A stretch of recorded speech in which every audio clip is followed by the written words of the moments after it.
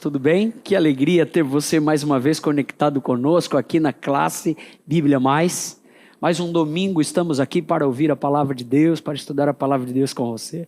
Este é o espaço interativo da classe bíblica feita aqui, produzida aqui pela Igreja Adventista do bairro Jardim Bom Clima, em Votuporanga, interior do estado de São Paulo.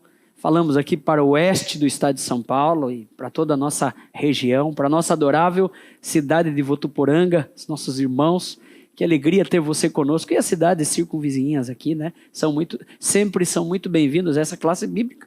E eu conheço pessoas que assistem essa classe bíblica fora daqui, no norte do Brasil, no sul do Brasil, em outras cidades do interior do estado de São Paulo. O propósito dessa classe bíblica é nos assentarmos aqui ao redor dessa mesa, num grupo de irmãos, você aí na sua casa, no conforto do seu lar, para estudar a Bíblia, a Palavra de Deus, para aprendermos aqui temas importantes que constroem princípios no nosso coração. E eu queria lembrá-lo que você sempre pode interagir conosco.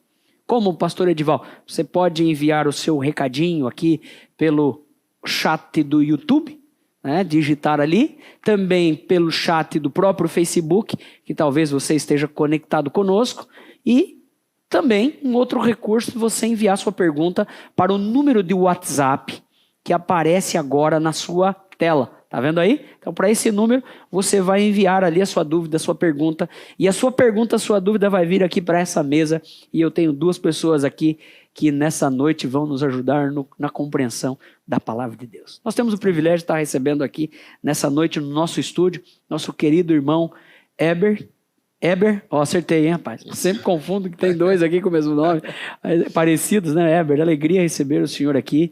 O irmão Eber é um artista da nossa igreja, viu? E a gente fala isso de boca cheia, que tem um talento, Deus deu um talento a ele, faz peças de madeira, trabalha com a área de artesanatos e tal, e ele atende ao ministério da fidelidade aqui na igreja. Irmão Eber, por favor, cumprimente os nossos amigos, que alegria receber o senhor aqui, viu? Boa noite, o prazer é todo meu de estar participando aqui desse estudo, né? E que Deus possa nos conduzir aqui para cada vez mais entender da palavra dele. Que legal, obrigado, irmão Eber. Amigos, à minha esquerda, à direita de vocês, o nosso querido irmão João Polizelli. João, tudo bem, João? Boa noite, que alegria recebê-lo mais uma vez para a 20ª lição, hein, João? Pois é, se tirou da minha boca, 20ª lição, o tempo passa, né? A gente achou que ia, né, demorar, prolongar, olha, já a 20ª lição, ou tantos temas importantes que a gente tem estudado aqui. Prazer, Eber, ter você aqui com a gente, comentamos a todos. E nessa noite nós vamos ver sobre o dízimo. O que a Bíblia diz sobre essa questão? Dízimo é bíblico, não é bíblico? Ó, você está do outro lado aí? Vai vendo esse negócio aí. Algumas pessoas dizem que o Velho Testamento foi cancelado, não serve mais. Eu pergunto para você, peça para o teu pastor achar no Novo Testamento base bíblica para o dízimo. Se não tem, por que ele pede o teu dízimo? Vai lá. Você já começou hoje? Pegando muito pesado. Bom, é verdade. Amigos, é o seguinte, vou olhando para partindo desse ponto aqui do João, muito bacana. Parece que nós até alinhamos aqui, né? Mas veja bem, amigo, realmente, você pode notar que este tema, que é um princípio bíblico, e está aqui, ó, na Bíblia, Malaquias capítulo 3, verso 10. Então existe uma ordem no imperativo de Deus dizendo o seguinte, ó, traga todos os dízimos e ofertas à casa do tesouro para que haja mantimento na minha casa. Essa é a expressão bíblica em relação ao dízimo, central deste tema a ser estudado por nós. É óbvio que a gente tem aí milhares de textos que nos ampara, tanto no Antigo quanto no Novo Testamento. Mas, amigo, o ato de devolver a Deus está ligado à fidelidade a Deus. Interessante. A fidelidade a Deus, amigos, tem que ver aqui de maneira muito direta do reconhecimento do indivíduo a Deus como Senhor sobre a sua vida. Então, irmão Eber, a ideia que a gente tem por trás é de um Deus que está sobre tudo, não é verdade? Sim. E existe um princípio muito interessante que aparece aí. Esse Deus que está sobre tudo, ele é o nosso mantenedor, né? Interessante, né? Deus, ele se preocupa em todos os aspectos da nossa vida, né? E Deus também jamais poderia se esquecer da manutenção, né, da sua obra. Interessante, Então, né? como mantenedor, né, de todas as coisas, Deus também se preocupa com a obra dele. Como vou fazer para manter a minha obra? Legal. Irmão Heber, eu queria lhe convidar, por favor, acho que o senhor já deve estar na agulha aí já, para o senhor ler para nós Deuteronômio, o amigo de casa vai abrir a Bíblia, Deuteronômio 8, verso 17 e 18. Essa fala do irmão Heber, parabéns, irmão, é muito interessante. Deus, ele é o mantenedor, ele é o centro de tudo, né? Sim. E essa visão que o senhor acabou de nos passar está ligado a esse texto bíblico. E olha que interessante, amigo, o texto que você já abriu aí na sua Bíblia, de repente no seu computador, no telefone. Acompanhe conosco para você ver. Sim. E lá está escrito assim, em Deuteronômios 8, versículo 17 e 18.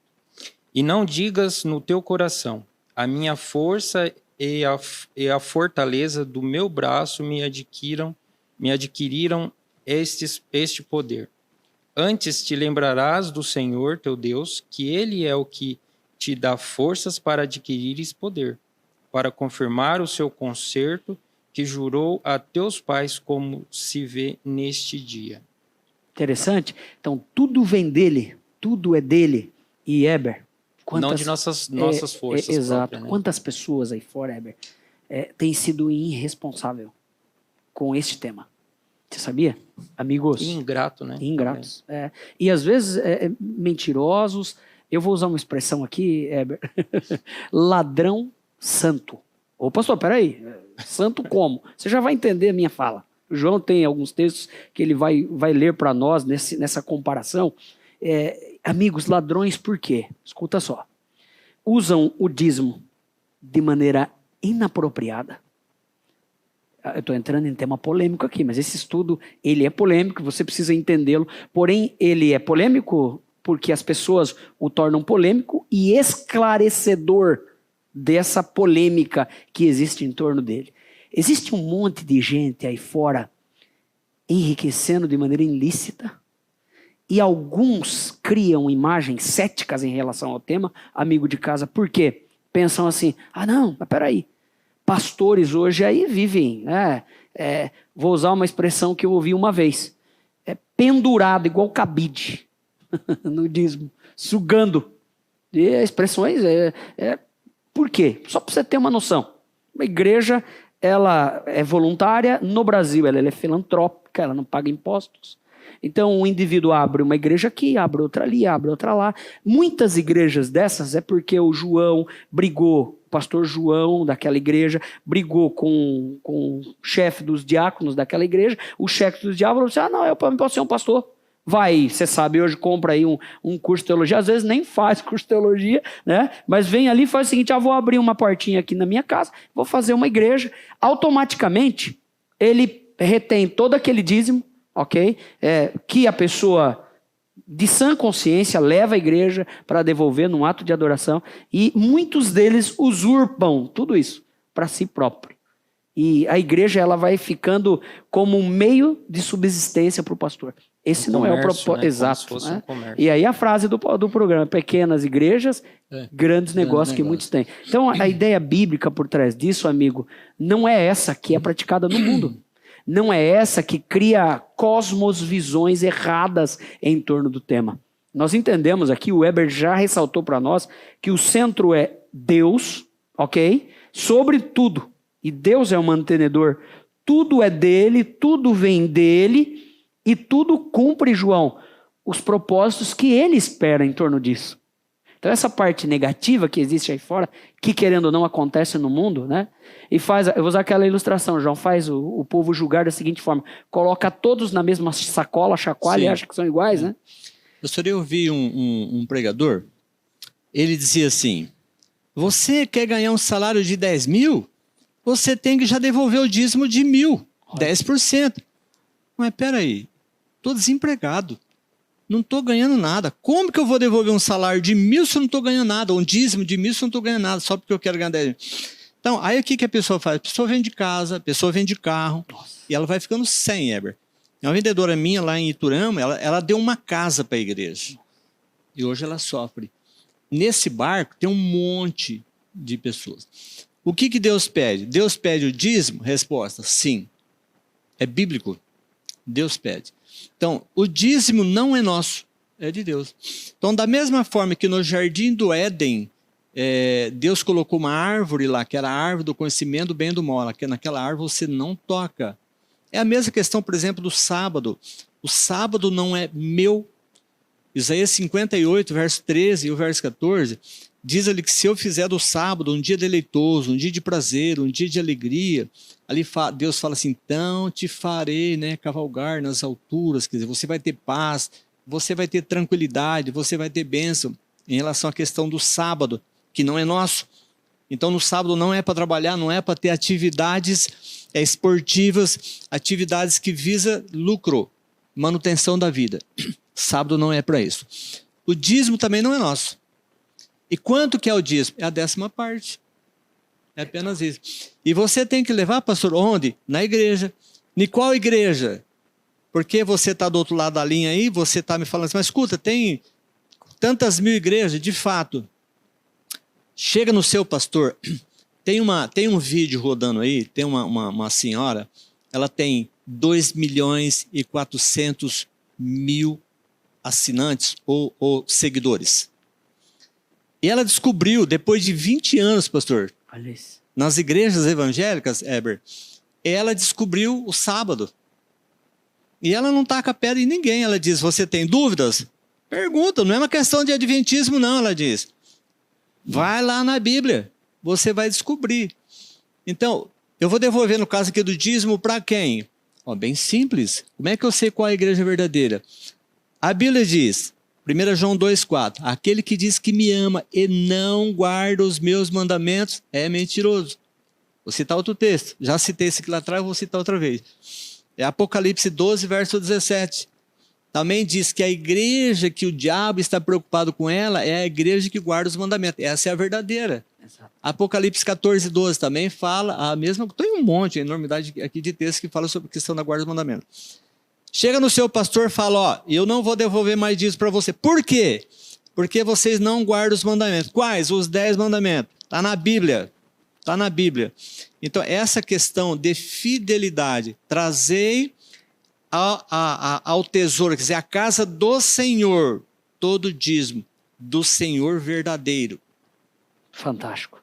E interessante, 2 princípios, João, aqui ainda, irmão Heber, está ligado esse propósito de mantenedor. Então, ligado à criação, ele é o meu criador, Gênesis, amigo, 1:1, e ele é o meu redentor, João 3, verso 16, né? Que é o texto clássico. Deus amou o mundo de tal maneira que deu o seu Filho unigênito, único, para que todo aquele que nele crê não pereça, mas tenha vida eterna. Então, olha que interessante. Deus se preocupa com todos os aspectos, né, na nossa vida. Ele se preocupa com a manutenção do dia a dia de cada pessoa e com todos os detalhes, né? Ele como que eu vou te dizer assim? Ele se preocupou com a salvação, com a manutenção, com o dia a dia de cada pessoa, né? Então, assim, Deus ele é completo, em todos os aspectos ele é perfeito, né? Jesus cita em São Mateus 6, primeiro texto de Salmo 37, 25, Davi fala assim, já fui jovem, hoje sou velho, nunca vi um justo desamparado, nem a sua descendência mendigar o pão. Lindo esse texto. Né? E o Mateus capítulo 6, Jesus cita ali algumas questões das preocupações da vida. Ele fala, observa o lírio do campo, que nasce lá no lodo. Salomão, em toda a sua riqueza, jamais se vestiu como um lírio. Aí ele fala assim, não caiu um pardal sem que Deus tenha disso conhecimento. Não caiu um fio de cabelo da tua cabeça. Por isso, o verso 33, Jesus termina assim, buscai, pois, Mateus 6, buscai, pois, em primeiro lugar o reino de Deus e a sua justiça. Tudo que te for necessário vai ser acrescentado. Fantástico, né? Amigo, esses 2 pontos aqui que os nossos 2 especialistas de Bíblia nos ajudaram a entender até agora, leva a gente agora para um segundo degrau aqui nessa escada subindo, né? Em relação ao tema da fidelidade a Deus. Heber, quando a gente olha para Gênesis 2, de 16 a 17, esse texto é muito interessante. Existe um princípio quando Deus olha para Adão e Eva e diz assim, ó, tudo que tem no jardim, vocês têm a liberdade, mas, e aí Deus aponta para algo e caracteriza, né? Mas aquilo dali. Interessante Tocais, que, né? não toque, porque esse é um princípio que eu estabeleço entre vocês e eu já lhe digo para você o seguinte, ó, no dia em que você tocar, certamente morrereis, né? Interessante, você pode... Deus, ali a finalidade dele ter feito isso, né, é justamente ali para provar a fidelidade, né, assim, a obediência, né, ali entre Adão e Eva, sobre aquilo, a vontade de Deus, né? Tipo, eu te dou todo um jardim inteiro, mas eu quero um único detalhe, né? Desta árvore vocês não toquem ou não comam o fruto desta árvore. Então ali está a maior demonstração de que Deus pede de nós, né? Cobra de nós a fidelidade, né? Legal, né? Eu diria, ouvindo o senhor falar, veio algo na minha mente. É uma pedra de toque, né? Sim. Ou um ato de lembrança, né? Interessante que o tema do dízimo, o tema do sábado, o tema do santuário, o tema da volta de Jesus, os princípios são pedras de toque de Deus. Deus é como um pai, né? A gente tenta educar o nosso filho, mas a gente dá o melhor que a gente tem condições ao nosso filho, mas a gente quer em troca o que? Respeito, nós queremos obediência. Assim é Deus. Exato. Com todos nós. Deus nos mantém em todos os aspectos, né? Supre nós em todos os aspectos, mas nós devemos obediência a Deus. Tá? E Deus, em algum momento, Deus cobra isso, né? Assim, em vários aspectos. Foi ali na árvore, no sábado, entendeu? Deus também está cobrando, né, a nossa fidelidade, a nossa obediência ali às leis dele. Então, Deus é pleno, é como um pai verdadeiro, né, para nós. Legal. E são princípios, né? O pai se orgulha quando vê um filho sendo obediente, né? Aí o pai fala assim, esse filho segue os caminhos que eu dei para ele. Sente prazer, satisfatório né? para o pai, né? Sente prazer em assim dizer é Deus assim, também, esse é né? meu filho, né? Legal. Orgulho, né? Vamos dizer assim, um orgulho Fantástico. santo. Muito bom, muito boa observação. A colocação, pastor, a gente vai assim, amadurecendo as ideias, né, em cima do estudo que a gente está fazendo. A árvore do conhecimento do bem estava ali, era antes do pecado. E Deus já exigiu obediência. Sim, bem lembrado. O dízimo pós-pecado, muito mais importante numa linguagem humana, humanamente falando, porque o dízimo porque o dízimo tem o seu objetivo central. E ele tem também, um dos objetivos finalidade, é né? descentralizar do eu. Exato. Entendeu? Porque quando eu devolvo o dízimo, trazei todo o dízimo à casa do tesouro para que haja manutenção. É uma forma de reconhecimento, né, João? Quando o reconhecimento a e devolução do dízimo. A palavra obediência, talvez ela acabe até melhor aqui, porque Deus está pedindo. Sim. Ponto. Exato. Para manutenção, na época do Velho Testamento, os levitas não trabalhavam. E aqui eu quero entrar num ponto rapidinho, pastor, um minuto aqui. Por favor, João. Os levitas, eles não trabalhavam. De mais de 600 mil homens, né, uma população muito grande na época, foi dividida em 12 tribos. Dessas 12, uma era os levitas. Eles cuidavam do sistema do santuário. Então era muita gente ali levando as ofertas, então tinha muito trabalho, muito trabalho. Então eles dividiam essa 12 tribos em turno. Uma dessas 12, né, que eram os levitas, dividiu em turno para poder trabalhar. Por isso, sacrifício contínuo. Tinha gente dando assistência, manutenção 24 horas por dia no santuário. Então, esse povo não trabalhava, eles precisavam de manutenção, para eles poderem dar a manutenção espiritual. Ó, precisavam da manutenção física para dar manutenção espiritual. Agora, observe o que Paulo fala sobre isso. Paulo, em 1 Coríntios 9, verso 13 e 14, ele fala: não sabeis vós que os que prestam serviço sagrado do próprio templo se alimentam? E quem serve ao altar, do altar tira o seu sustento? Verso 14. Assim ordenou também o Senhor aos que pregam o evangelho que vivam do evangelho. 1 Coríntios, capítulo 9, verso 13 e o verso 14. Querido ouvinte, nossos pastores são pastores que fazem teologia, eles estudam muito, fazem trabalho, não é simples, não é fácil você chegar a ser um pastor, receber a ordenação de um pastor.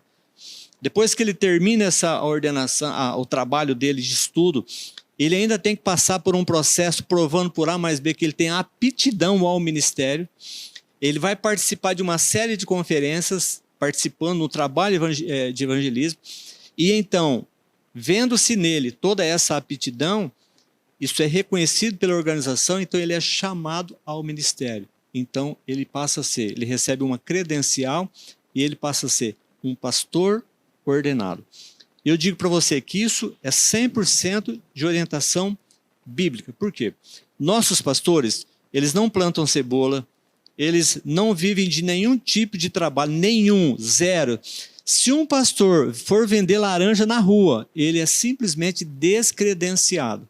Por quê? Porque ele trabalha 24 horas por dia do seu tempo na obra. Exato. Então, como é que ele vai sobreviver? Cumpre-se aqui o evangelho. O que está escrito aqui, ó, o que prega o evangelho, que vive do evangelho. Então, nossos pastores, todos eles têm teologia. Eu estou falando aqui em todas essas aulas, mas eu não tenho teologia. Eu estudo muito, mas não tenho teologia. O nosso pastor Edival, ele tem teologia. Então, ele é preparado. Ele é preparado psicologicamente, questão de cultura, bíblica, ele sabe muito. Ele é preparado. Não é alguém que fala assim, eu vou montar uma igreja e aí eu me autodenomino um pastor João. Não é assim. Então, a igreja, um dia eu estudei com uma pessoa, quando chegou nessa parte aqui, ele arriou. Ele simplesmente disse, não, eu não creio no que está escrito aí. Então o que a pessoa está fazendo? Está renegando Desconsiderando a palavra de Deus. Bíblia, né? Desconsiderando a palavra de Deus. Então, o dízimo da igreja não é para nenhuma outra função a não ser pregação. Pastor, vou terminar aqui essa fala aqui. Ó. Esse templo aqui do Jardim Bom Clima, eu não vou citar o nome, mas no dia, Heber, da inauguração, essa pessoa recebeu um convite para vir aqui. É de uma outra igreja, uma pessoa de bem. E só que ele tinha um outro convite, e ele optou por ir no outro convite. Depois ele falou para nós aqui, falou, me arrependo de não ter vindo aqui na inauguração. E ele começou a andar, mostrei tudo aqui, o templo, né, tudo a igreja, o forro, o teto, enfim, tudo. E ele ficou impressionado, pastor, com tudo que ele viu aqui. Aí ele disse assim, na minha igreja, a gente devolve o dízimo e essas coisas não acontecem. Uau. E eu disse, meu querido irmão, de tudo que o senhor está vendo aqui, não existe aqui 1 centavo de dízimo. Aí ele ficou mais impressionado, porque a igreja adventista não usa o dinheiro do dízimo para construir templos, para construir terreno. O dinheiro do dízimo da igreja adventista, ele é 100% empregado com finalidade evangelística. Exato. Fantástico, hein? Amigo, todo esse aparato bíblico que o João usou aqui para nos evidenciar aquilo que Deus pensa sobre os seus princípios, vamos voltar lá ao ponto inicial. Lembra? Mantenedor, Deus está no centro e como mantenedor no centro, Deus provisionou tudo que tem em volta deste tema. Como é bonito, né, pastor? Legal, assim, né? Ver a preocupação de Deus de prover as necessidades Legal. das pessoas que se dedicam à sua vida Os seus para detalhes, né? a manutenção, né, assim, da obra, da palavra de Deus, né? Então, assim, é Deus sendo verdadeiramente mantenedor, né, de todas as coisas, preocupado com a Exato. pessoa que dedica a vida para a sua obra. Interessante, João e Heber, que quando você vai ali, ó, esse ponto que o João mencionou sobre o santuário, rapaz, era uma imensa de uma tribo. Quando nós mencionamos aqui os levitas, que eram os oficiadores no templo, né, os que cuidavam, eles viviam daquele ambiente, daquele momento. Essa é uma das visões da igreja em relação ao ministério. Eu, como pastor, eu já vivo do sagrado dízimo há 16 anos da minha vida. Então já tenho o privilégio de servir a Deus esse tempo. Há 15 anos da minha vida, né? A gente sempre conta o ano em vivência como pastor, né? Mas há 15 anos eu recebo do sagrado dízimo. Antes eu era vendedor. Eu vendia livros, trabalhei no supermercado, no meu início de igreja principalmente. E eu me lembro que quando eu recebi o meu primeiro salário, a minha esposa se assustou. Talvez você de casa aí também se assuste. Eu vendendo, eu tinha na minha conta no banco hoje o equivalente a 30 mil reais, guardado. E a gente viveu sempre muito bem, na época vendendo livros, né? Deus sempre me abençoou. Quando eu tenho esse primeiro olerite em casa, guardado no meu escritório. Ele era lá em Marabá, em 2008, era de R$668. Quando a minha esposa viu aquilo, ela olhou e falou assim, amor, nós não vamos sobreviver com Vamos isso. passar fome.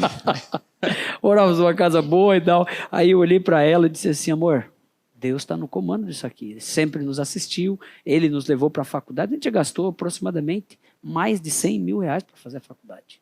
A faculdade é caro.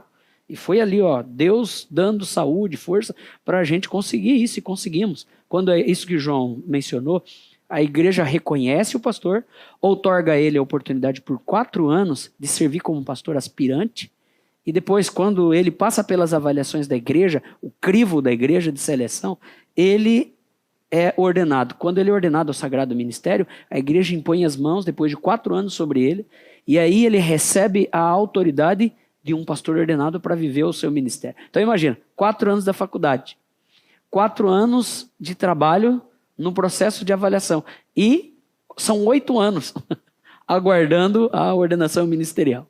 E é muito bonito isso, porque esse ministro, o que caracteriza ele ser um ministro para a igreja adventista, amigo? Isso é importante a gente relembrar aqui. É o mesmo princípio levita.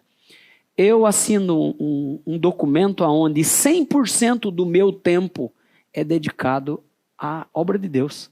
Eu e todos os pastores credenciados da Igreja Adventista Sétimo Dia. Então a igreja, ela cuida, porque lembra de um item que existe em torno do tema? O tema da fidelidade para Deus inspira responsabilidade. Então a igreja de Deus que o representa, que reconhece a teologia bíblica, que entende tudo isso aqui, entende que princípios são inegociáveis, né, Heber? Sim. Ô pastor, só uma pergunta que às vezes as pessoas que ouvem, às vezes têm curiosidade. Nós como membros, Deus pede para nós que nós devolvemos o dízimo, correto? Correto. É uma devolução, né? É um Exato. reconhecimento de que Deus Na verdade, primeiro é algo Deus que não supremo. nos pertence, é de Isso. Deus, e ele pede para que a gente Isso. devolva, né? É dele. Devolva no lugar que ele estipula. Sim, então assim, muitas pessoas às vezes pode questionar o seguinte, e os pastores devolvem também? Interessante, né? É uma pergunta mesmo que às vezes muitas pessoas às vezes ficam com dúvida, né? E, ó, nunca teve coragem às vezes de de perguntar perguntar, né? isso. Então eu queria que o senhor esclarecesse para as pessoas. Eu vou antecipar um pouquinho, Não. mas ele quem vai responder vai ser ele. Os levitas devolviam o dízimo do dízimo. Agora o senhor termina. Exato. Eu não ia desse ponto teológico, mas veja bem, eu tenho, como pastor, eu devolvo o meu dízimo, devolvo a minha oferta. E faço isso com muita alegria já há 26 anos na Igreja de Deus. É uma demonstração, pastor, fazendo isso, Exato. é uma demonstração de que todos nós somos iguais perante Deus. Com É um certeza, reconhecimento, né? A Igreja Adventista, o pastor, ele não tem, para você como curiosidade, você que nos assiste aqui no Bíblia Mais, amigo de casa, ele não tem um controle. A igreja tem pessoas voluntárias que trabalham com essa área da fidelidade. O irmão Heber é um deles aqui na Igreja do Bom Clima. Mas o pastor adventista, ele não tem esse contato. Tanto a igreja, a instituição, o pastor, ele recebe um salário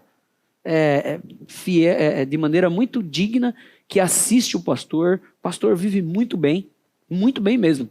E não pense você que é um salário exorbitante. Não, a igreja ela tem um salário, e o teto máximo de um pastor hoje é, só para você entender, em torno de R$3.500, R$3.600 de salário máximo que o pastor recebe em mãos. Então, uma vez eu falei isso para uma irmã, ela, não pastor, mas então um pastor ganha igual um professor de educado de uma escola aí qualquer. Eu falei, claro.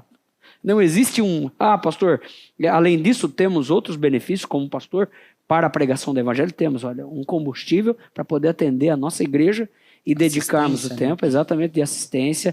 Temos a educação do filho, que a igreja nos assiste. Por exemplo, 50% quando o filho estuda numa escola adventista ou qualquer outra escola, a igreja ajuda com 50% da educação, 50% o pastor paga. Quando o filho vai à faculdade, a igreja tem um programa de subsistência que atende 75% do valor do filho. Olha que legal. né? O assistir de Deus e a sua obra quanto ao seu ministro, que tem que ver com esse princípio que o João referiu aos levitas. E essa maneira que Deus espera. Deus cuidando com carinho, né, Exato. das pessoas. É a lisura, né? O Isso, cuidado, né? Isso. Queridos, avançando aqui no tema, esse assunto do dízimo, nesse ponto que o irmão Heber tocou, muito próprio, relata para nós que o dízimo, ele tem, João, uma determinação de Deus. Então vamos lá. Não é eu que escolho o valor, não é eu que escolho para onde levar, é Deus que escolhe, né? Mas começando pelo valor, João, qual que é o valor? A palavra dízimo aí, né? Tá ligado a quanto? A 10ª parte. É interessante, né? A pessoa, por exemplo, ele trabalha o ano inteiro na roça, ele colhe lá 100 sacas de milho. Quanto ele vai devolver? 10%. Vai devolver dízimo uma vez por ano. Vai devolver 10 sacas. Lá no Velho Testamento, o pessoal tinha as ovelhas, o gado. Como é que eles devolviam o dízimo das ovelhas? Então tinha uma criação lá de 1000 cabeças, e aí gerava tantos bezerros.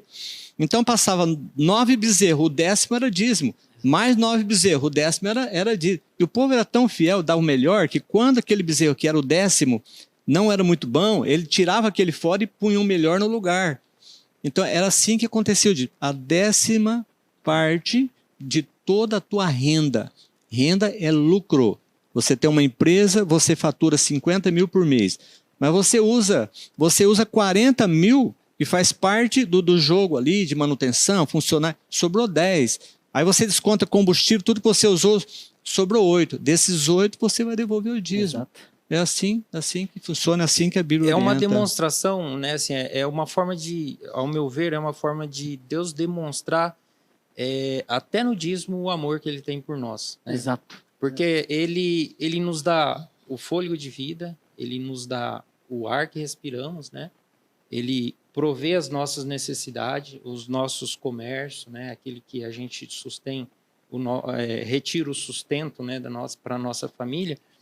É tudo Deus que controla. E aí Deus vai lá e te pede o quê? Para você ser fiel apenas em 10%. Só Deus poderia te pedir 20%, 30%, ou eu vou até além, né? Deus poderia inverter, falar assim, ó, eu te dou todas as coisas, eu sou mantenedor de tudo na tua vida. Então você me devolve 90 e fica 10 para você. Pois é. Você já pensou se Deus... Então assim, é Deus provando, né? Assim, provando não, né? Que Deus não precisa provar nada. Exato. Né? É Deus mostrando, né? Deus demonstrando o amor para com nós.